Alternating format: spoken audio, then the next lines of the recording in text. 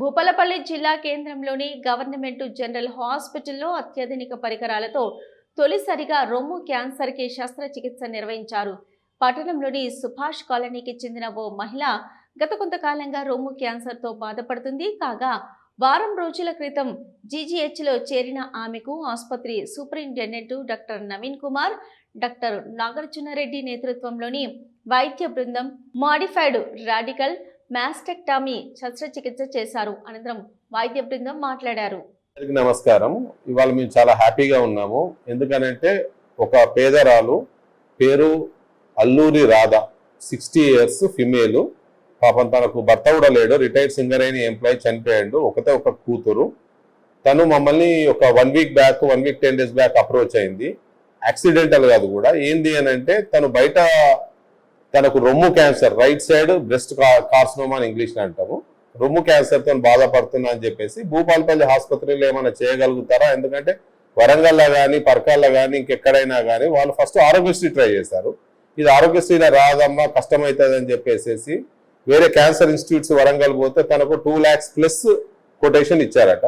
So తనకు ఎవరు లేరు, బీదురాలు కాబట్టి ఒకసారి భూపాలపల్లి 200 పడకల ఆసుపత్రిలో ట్రై చేద్దామని చెప్పేసి మా స్టాఫ్ వాళ్ళు ఒకసారి రండి, సార్ని కలవండి చెప్తారు అని అంటే మా సర్జికల్ డిపార్ట్మెంట్కి తను వచ్చింది.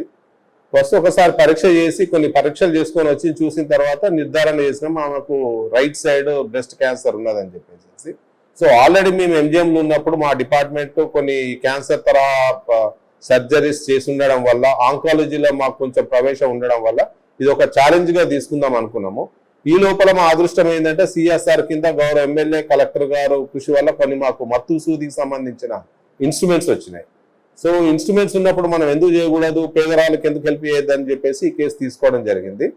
సో నిన్న మేము మార్నింగ్ ఈ కేసు తనకు అన్ని రిస్క్ చెప్పి బ్లడ్ పరంగా కానీ ఇంకేమైనా పరీక్షల పరంగా కానీ మేము హెల్ప్ చేసేసి ఈ క్యాన్సర్ను, ఈ సర్జరీని మేము సక్సెస్ఫుల్గా చేయడం జరిగింది.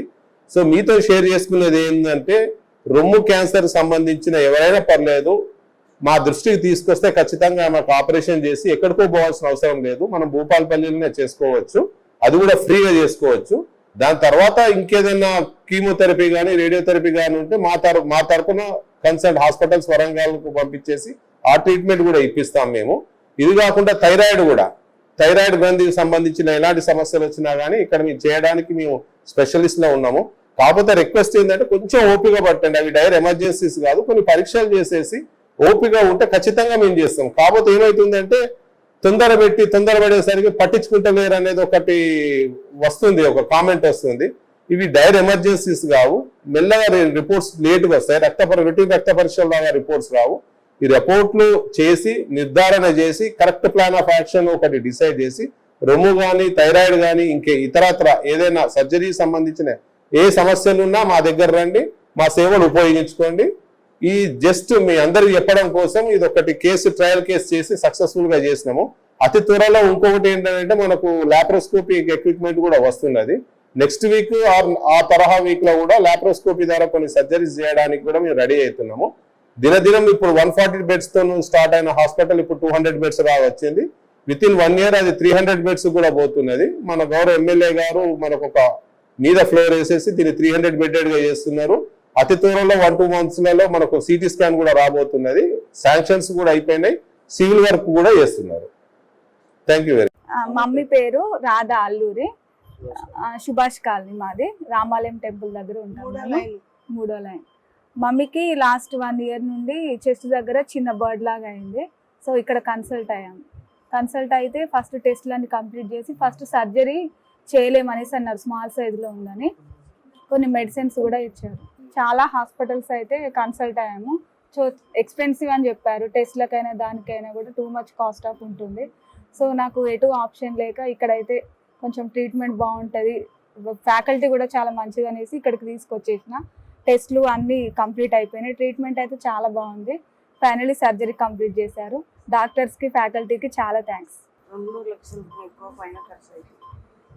ఇక్కడ నాకు ఏ పైస లేకుండా, ఏ దేది లేకుండా, ఖర్చు లేకుండా బయటపడ్డా.